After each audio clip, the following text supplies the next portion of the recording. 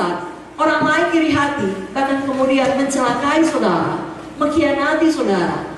Zaman sekarang dengan cara paling mudah, hoax terhadap saudara. Jangan takut. Amin. Jangan bimbang. Ya.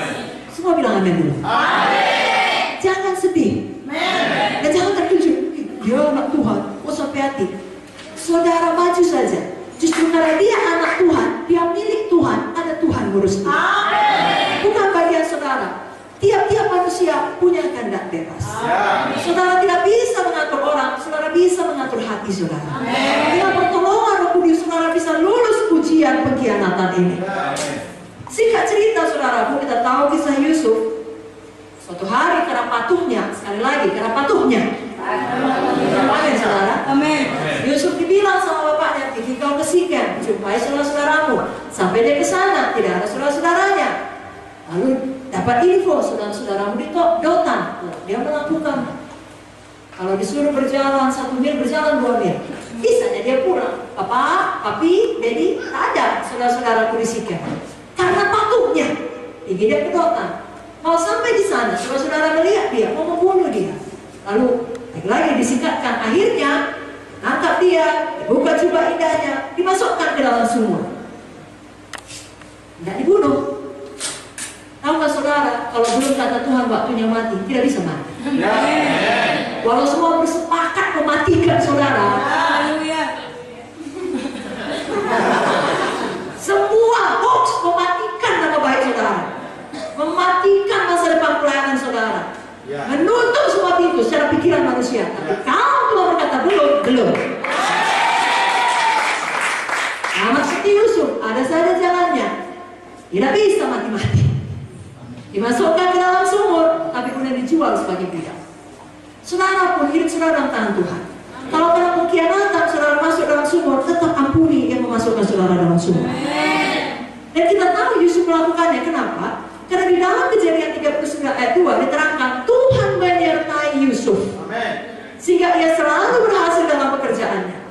Kalau Yusuf mengeraskan hatinya, masih menyimpan kekecewaan, kemarahan, sakit hati, tentunya dia tidak dapat berhasil. Kenapa? Tuhan tidak dapat menyertai dia. Karena Tuhan tidak pernah memaksa kita. Amin saudara. Tapi karena Yusuf menang, maka Tuhan menyertai dia dan dia berhasil. Dalam situasi seburuk apapun, kalau Tuhan menyertai, semua akan baik. Haleluya. Jadi malam ini kita belajar, kalau ada pengkhianatan, reaksi orang bisa dua. Satu, dia bisa marah, lalu membalas. Tapi yang kedua, dia bisa sedih. Kok begitu ya? Begitu tertekan, mau bunuh diri. Dua-dua, jangan mau ikut. Saudara mengampuni, saudara mau bangkit, saudara maju terus. Tuhan menyertai saudara. Tuhan membuat saudara berhasil. Kalau saudara pikir kalau nggak ada dia, bagaimana masa depanku? Hei, Tuhan yang memelihara saudara. Kalau orang-orang pergi meninggalkan saudara, Tuhan bisa kirimkan orang-orang baru. Amin saudaraku. Dan Tuhan Yesus tidak berubah. Kalau dia menolong Yusuf, dia juga menolong kita pada zaman. Tapi malam hari ini, buang dulu semua sakit hati, marah saudara, katakan amin. Dendam saudara, atau sebaliknya kesedihan saudara, rasa tertekan saudara, sampai membunuh diri, kekecewaan saudara, buang semua dalam nama Yesus. Ada yang kata saudara katakan, saya buang semua dalam nama Yesus. Saya menang atas pengkhianatan. Saya percaya pada Tuhan. Katakan amin. Dalam Mazmur 37 saya bacakan ayat 3 sampai 6. Percayalah kepada Tuhan dan lakukanlah yang baik. Diamlah di negeri dan berlakulah setia, dan bergembiralah karena Tuhan. Maka ia akan memberikan kepadamu apa yang diinginkan hatimu. Serahkanlah hidupmu kepada Tuhan dan percayalah kepadanya, dan ia akan bertindak. Ia akan memunculkan kebenaranmu seperti terang dan hakmu seperti siang. Jadi bagian kita bergembira karena Tuhan, percaya kepada Tuhan. Bagian Tuhan, dia yang memunculkan kebenaran kita. Saya mau tanya sekali lagi, berapa banyak yang mau memilih menang atas ujian pengkhianatan? Saya. Sekali lagi, siapa yang tidak mau lagi sakit hati? Saya.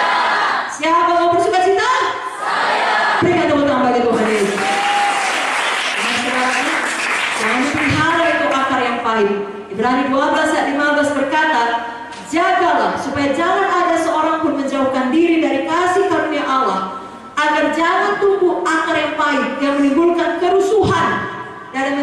mengalahkan banyak orang. Jadi kalau kita dikhianati, kita bisa pilih seperti Yusuf menang, atau kita juga bisa pilih menolak kasih karunia Tuhan, timbul akar pahit, mengancam, memecah tubuh Kristus, membuat kerusuhan, mencemarkan banyak orang dengan mulut kita. Jangan tolak kasih karunia Tuhan itu. Ya. Nah, pemuda-pemudi yang dikecewakan oleh pemberi harapan palsu, jangan takut, mulai lagi dari awal. Jangan langsung bilang, oh saya tidak mau lagi, saya tidak percaya lagi, bagaimana mungkin hati saya sudah pecah berkeping-keping, bla bla bla bla bla. Menanglah saudara. Tidak pula gara-gara satu orang, saudara tidak mau lagi percaya kepada siapapun. Percaya kepada Tuhan. Tuhan akan kirimkan orang yang tepat. Amin, saudaraku. Tapi lebih daripada itu, kalau saudara melayani, lalu di dalam pelayanan saudara mendapati banyak orang mengkhianati saudara, tetap melayani. Amin. Harus sudah buat baik, pergi dia, tinggalkannya saudara. Lebih daripada itu, difitnahnya saudara, dihoaxkannya saudara.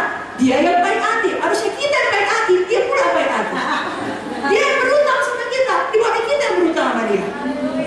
Itu cerita lama, sudah ada sejak zaman Yusuf, jangan heran. Ketika mereka melakukannya, saudara terus mengampuni, saudara terus mengasihi. Tidak mudah, tetapi ada kasih karunia. Jangan ditolak, terima kasih karunia Tuhan itu. Dan saudara akan menang, dan terus menang. Haleluya. Amin, saudara. Malam ini, kalau ada orang mengkhianati, tidak usah lagi kata, di mana kau Tuhan? Kenapa kau izinkan? Maju